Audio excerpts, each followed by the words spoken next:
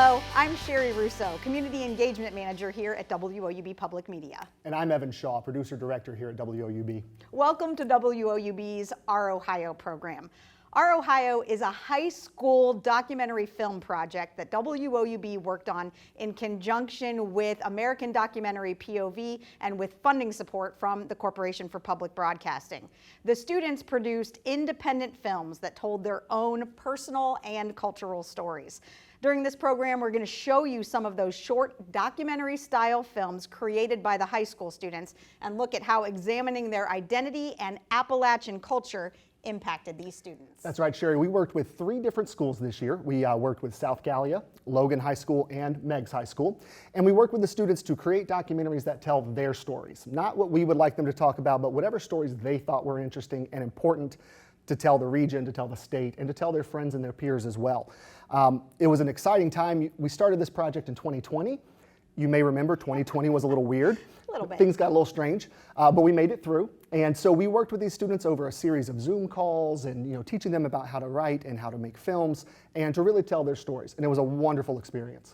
That was true, and we showed them a POV documentary film called Portraits and Dreams. That film helped the students think about Appalachian stigma and cultural pride and the role media plays in telling their own story. That's right, and the film really helped the communities identify their Appalachian culture and recognize that they are Appalachians. Here in Southern Ohio, we may not think of ourselves as Appalachia, but we absolutely are. We're rural Appalachians. And the students, what we did is we had a panel discussion with local community leaders. We all watched the film, and the community leaders came into the panel discussions to talk with the students about what makes their communities special. During this program, we're going to show you some of the work produced by the students at Meigs High School. That's right, and I'm kind of excited about this one because Meigs High School is my alma mater. No. Yeah, who knew? Who would have thought? Did you know that? I've never told anyone that. No. But yeah, this is the films that a few of the selected films from Meigs High School. This was a wonderful group to work with. We worked with Mrs. Metz's Honors English class, which you may not think of English class as being a documentary storytelling class, but these kids were incredible. They knew how to write, they understood the concept of storytelling, and they really bought in to what we were trying to do. So we're going to start off with a film by Annika McKinney, who actually won first place in our film festival. Her film is called The Eye in Independence. Now Annika, she was an incredible student, she's brilliant, and her whole film is about the subject of being independent in Appalachia, because you have to be independent here, and you have to do things on your own sometimes. So let's take a look at Annika's film.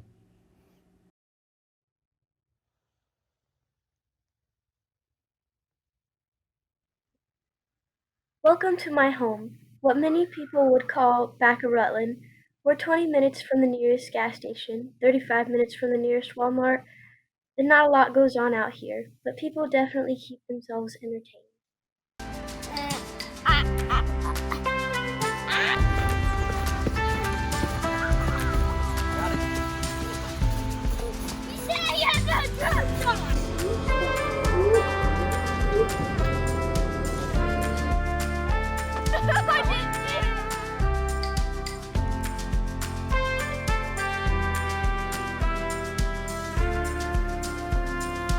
Growing up, I always preferred spending time inside rather than going outside. I found it so much more interesting to read a book or draw a picture than to play hide and seek or ride bikes. Compared to everyone around me, I was the odd one out. When you live in such a beautiful place full of wide open fields to play in and trees to climb, why would one want to stay inside? The landscape is so appealing. To a child, this place is a wonderland, so much room to play in and endless places to explore. The Appalachian foothills are just so mesmerizing. How could one even fathom the thought of not taking advantage of your time spent there? This is where the phrase, "don't judge a book by its cover," comes into play. Since I learned to talk and identify letters, I've always been buried in a book. Ever since I learned to use a computer, I was researching the most random topics, from the lives of actors and actresses to life on Mars. My mind has always been all over the place. I wanted to know anything and everything. I would definitely say that one of my strongest traits is curiosity. Once I feel any sense of being intrigued, I do everything in my power to find out everything about that certain topic. I've always been especially intrigued by the mind and how it works, more specifically children's minds. I love watching what captures the minds of children. Why do children play with certain toys? Why do children play in certain places? This curiosity allows me to look back on my own childhood and upbringing. Why did I grow up to be the way that I am? Due to keeping myself distanced as a child, I've grown up to be quite independent. I prefer to do things on my own. When you look around at different households in the area, you can find different kinds of independence and different types of people. There are people from farmers to gamers, even to single moms. Independence is everywhere, and it's very important. What does independence mean to you? It means having to do things on your own because you don't have the resources to help you out or other people to help you out. Do you value your independence? I do very much Why? because I've had to be independent for the past couple years and take care of my kids on my own, also while maintaining a full-time job and a part-time job. Do you think that having independence is an important attribute for living in Appalachia? Yes, because we don't have access to a lot of resources and there are not a lot of things where we are, so you have to have that independence. Independence is important to have no matter where you're from. Not just for the aspect of enjoying alone time or to be able to do things on your own, but to be able to have the ability to do things on your own. It's important to be able to have a grasp on your life, whether it be what you want to do, where you want to live, or what kind of family you plan to have, if you plan to start one. Independence is key to living. In Appalachia, we don't have big cities or huge shopping malls or famous people walking past us on the sidewalk every day. In Appalachia, we have ourselves. We grow up learning from our neighbors and become independent adults, passing on the same skills to future generations. It's important to have a sense of individuality in this area. Every person you pass on the street is someone new. If people from the outside looking in would look a little harder, pay a little more attention to detail, we're not just a bunch of river rats with southern accents. There is a new person with a new personality around every corner. We're all individualists, and that adds loads of character to Appalachia. So now we're going to talk about how this film came to life. Evan, tell me a little bit about how Annika came up with this idea for this film. Well, Annika, as you may have gathered from that film, is a very independent young lady. And it really showed because she was remote for most of the school year. So we only worked over Zoom with her. And it would be interesting because I would ask her, how are things coming? Oh, it's good. And I didn't see anything and I didn't know where she was. But when it became time to turn everything in, it was incredible. And I was so excited to see how she used that independence, the theme of her film, on her own. I did not help with this film very much at all. I gave her some brief guidelines, a few workshops on editing, things like that. And that really holds true for all the students. These are projects that they did on their own with minimal guidance and minimal help. And so Annika being able to do that in the middle of a global pandemic, learning how to shoot video, learning how to edit, it was an incredible experience. Were you surprised at all that that some of the themes like Annika's weren't about COVID? And I thought we were going to get 20 films about COVID, but that's not what we got. I think we only got one film out of all of them, 15 films about COVID, which was fine. I was so excited to see that because by the time we started working on this project, it was September, they had other things to talk about. And that's what we really wanted to focus on was community stories about Appalachian pride, culture, what makes us unique. And so, yeah, I was a little surprised. I expected a lot of COVID films, but I was glad to not get them. And Annika, actually, we had some industry professionals judge these, and she got some really high marks. She absolutely did, for her writing especially. And I think that shows from Mrs. Metz's English class, and the English faculty at Meigs High School and Meigs local school districts have obviously done an incredible job. And that was what we really focused on. Since we were remote with trying to teach the students how to edit and shoot, we really decided to focus more on story and on writing and on getting your ideas across to other people who may not be familiar with the things that you're going through. And so I think she did a phenomenal job, and their writing, especially as you'll see in all of the films, the writing was very, it's authentic. It's really who she is, and it's really who all these students are. Well, you segued very nicely into the next one, so tell us about our next film. Yeah, so the next film we're going to watch is From Alaska to Ohio with Love by Nicholas McConnell. This is an interesting story. Nick's family is originally from Meigs County. However, he grew up in Alaska. So let's take a look at Nick McConnell's film From Alaska to Ohio with Love. They say the richest place is the graveyard. but in Appalachia, the richest places with families. I was born and raised in Alaska, but my roots run deeper. Both of my parents were raised in Appalachia, graduated from both local high schools and the local university. My great-grandfather settled on a piece of land in southeastern Ohio.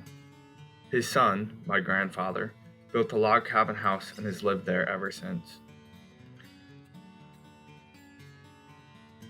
But I grew up in Alaska, knowing I was different from everyone else, not because of athleticism, wealth, or work ethic. It was because of my heart. I have many friends from Alaska. Some of my best friends still live there, but the people are different. Alaskans, by nature, are very independent. Everything they have comes from their own work, and everyone else is expected to do the same. Appalachians have a community instead. Appalachia is a community who cares and works for one another. If you're stuck in a ditch, you can count on someone stopping to pull you out. If a line breaks, you can count on someone helping you dig it up. As a kid, I remember being uncomfortable when someone said I did something nice. Thanks, that was so nice of you. I always thought, what? How was that nice? That's normal. Until we moved, I never realized that wasn't normal. The moment it slapped me in the face was when I read Bob Fox's Moving Out, Finding Home. It finally hit me. That was what made me different. No matter where I was raised, no matter who I was around, I was still Appalachian. And that was something no one could take away from me. That was something deeper than birthplaces and childhoods. Deeper than friends in school. Maybe even deeper than genetics. I looked around and noticed I wasn't the only one this way. My mom and dad also stood out. 20 years of living in Alaska could only hide their roots. They never really left Appalachia. My father, the 16th of his 17 brothers and sisters, moved from Appalachia in his 20s. For 20 years, he still greeted people with, "Howdy, how are you?" If I looked hard enough, I could still see him tip his hat in passing, even though he never wore one. His father worked in the coal mines, as did his father's father. They kept a coal furnace in the basement and grew up using gas strip stoves. They swung on grapevines down at the creek. They ran paper routes on bicycles and packed a shotgun in the passenger seat of their trucks to go squirrel hunting after school. In some ways, I feel as if they're the last generation of true Americans. In some ways, they were. The people I grew up with never jumped in a lake in summertime. We never swung on grapevines, never went hunting after school, never walked over that hill just to see that side of the hill, never watched a football game from a tailgate in fall. Instead, my generation got smartphones, laptops, consoles, and computers. But somewhere along the way, we forgot the virtual world we lived in came with a price. It cost us real life. Somewhere between social media, likes, and trends, we forgot about each other. We forgot about real life. We forgot about living. Ever had a moment of pure exhilaration? Every breath is colder than ice, every touch electric. Sounds are gunshots, every smell is vivid as if it was right before you, so strong you can taste it. That is living.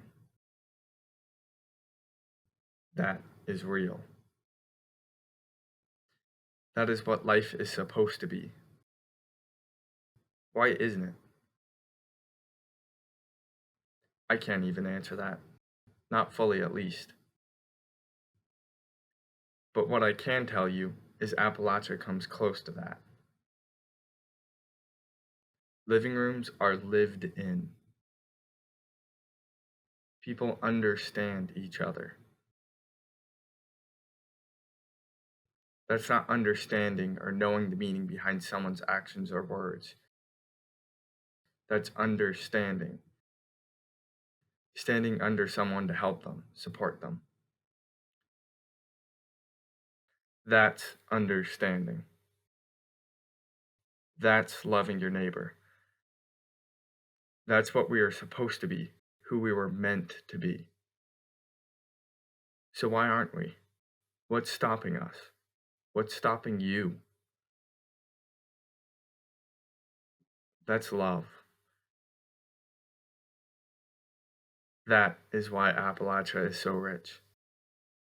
That is why I love Appalachia. That's why I'm proud to be from Appalachia. That is why the richest place in Appalachia is with the families. Because for all the dreams, lost opportunities, and memories buried in the grave, it lacks one thing: love. Thank you.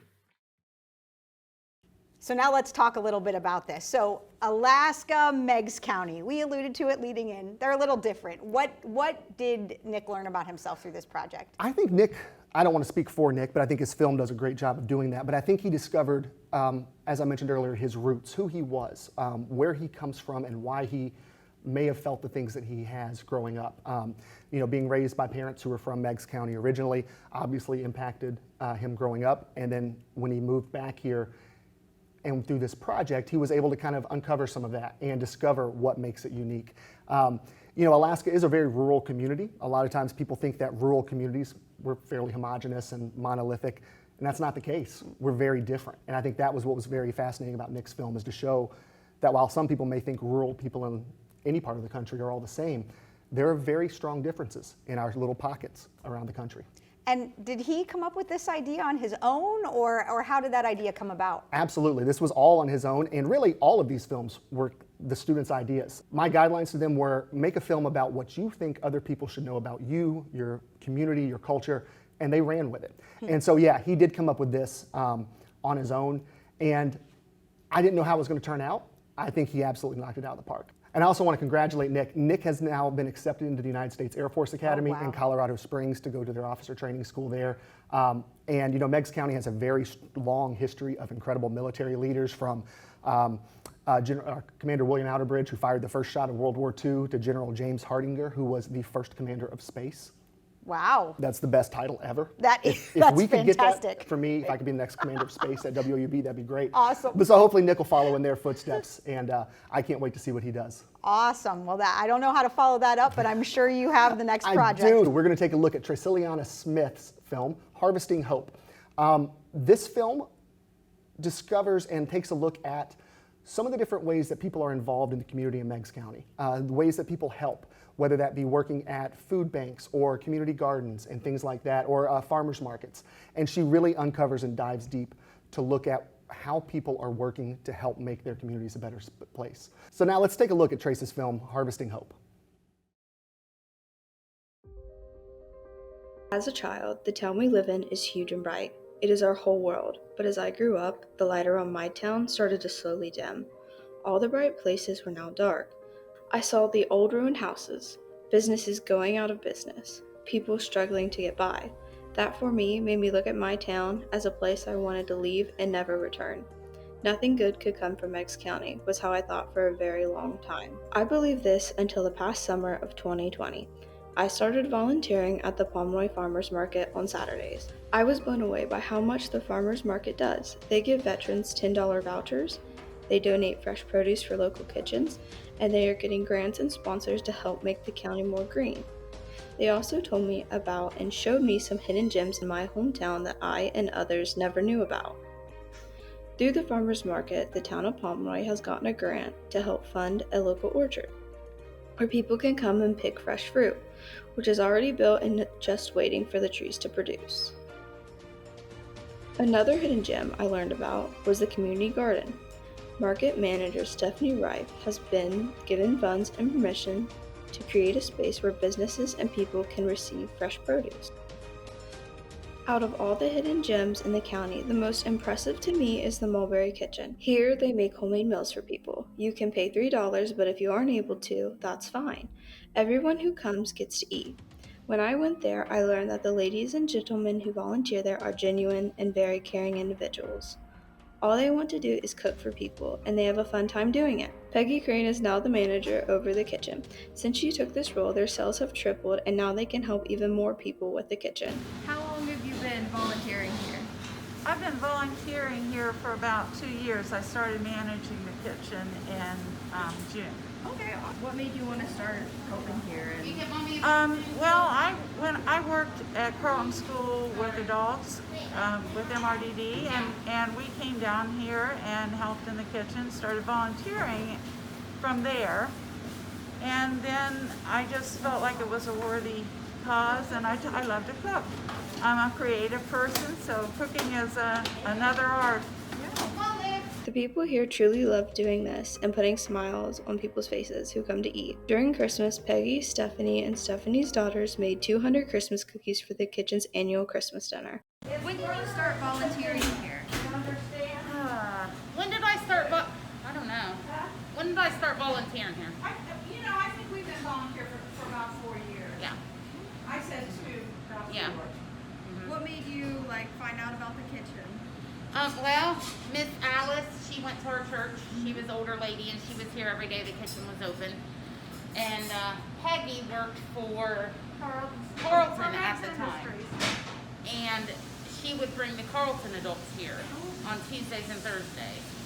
So we kind of got involved. First, we were just coming to eat and hang out with the Carlton adults. We'd make cards and take those to Overbrook once a month. And it was just a good experience for the girls. And then we just kind of went from that to volunteering here. I believe with my whole heart that everyone should know about all the wonderful things the Mulberry Kitchen does. Learning and discovering these hidden gems of my town, I now look at it with fresh, hopeful eyes. Through this, I learned not everything has to stay the way it is. Small towns can improve and grow. They just don't have to die and be forgotten.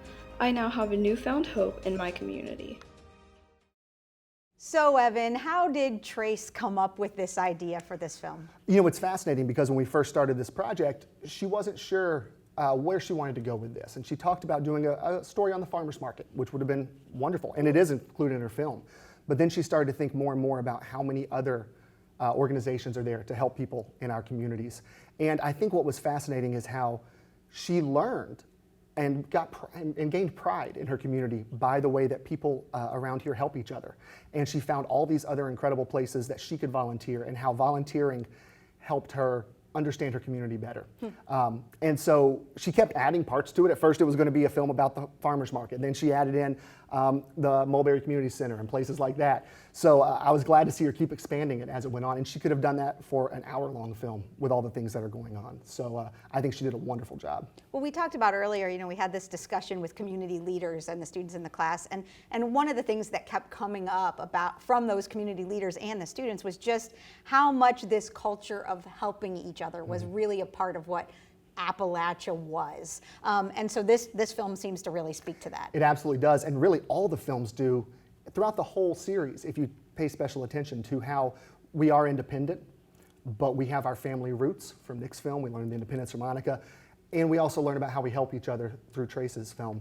And that theme is consistent throughout most of the films, and it's consistent through our daily lives. And I think that's something that we should be proud of. We don't have everything that a lot of other places around the country might have, but we have each other.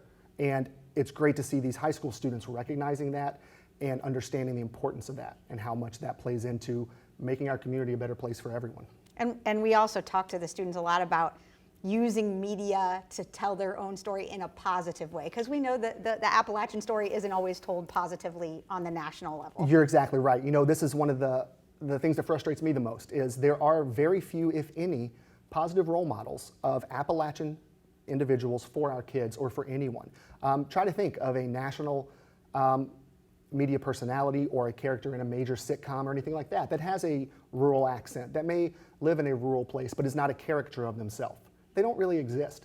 And so it's important for us to take that story over and for these students to start taking that story on themselves to tell that story, because no one else is going to do it for us. And if we let other people tell our stories, they're not going to get it right, frankly. Yeah. And so I don't think you can get anything more authentic than high school students talking about who they are. And WOUB is now getting ready to do this project again for next school year. We're really excited about it. We're bringing 2 new high schools in, Alexander and Wellston, and we're also adding and expanding by including a cross-cultural exchange component with high school students in Cincinnati. I am so excited for this because A, we're adding more Appalachian, Ohio students to keep expanding this project throughout the schools in our local area, but then hopefully their plan is to have a chance to have these students here in Southern Ohio work with students in Southwest Ohio, in urban Cincinnati, and find issues to make a film about that both communities may face, and how they challenge, or how those challenges affect them, how they may take on those challenges, and how they can work together. So I'm excited to see what comes out of this project next year. And learning about each other, right? Exactly. And we're going to learn about ourselves first and then learn about each other together afterwards. And I can't think of anything more exciting for this type of project than to have that cross-cultural exchange and to see what comes out of it. I don't know what's going to come out of it, but I think it's going to be good. It's going to be great. We didn't know what was going to come out of this Nope. year, and look at what happened. Exactly. It was awesome. Well, thank you so much for joining us. To learn more about this project and all of the educational programming and services offered by WOUB, please visit our website, woub.org. Thanks for joining us.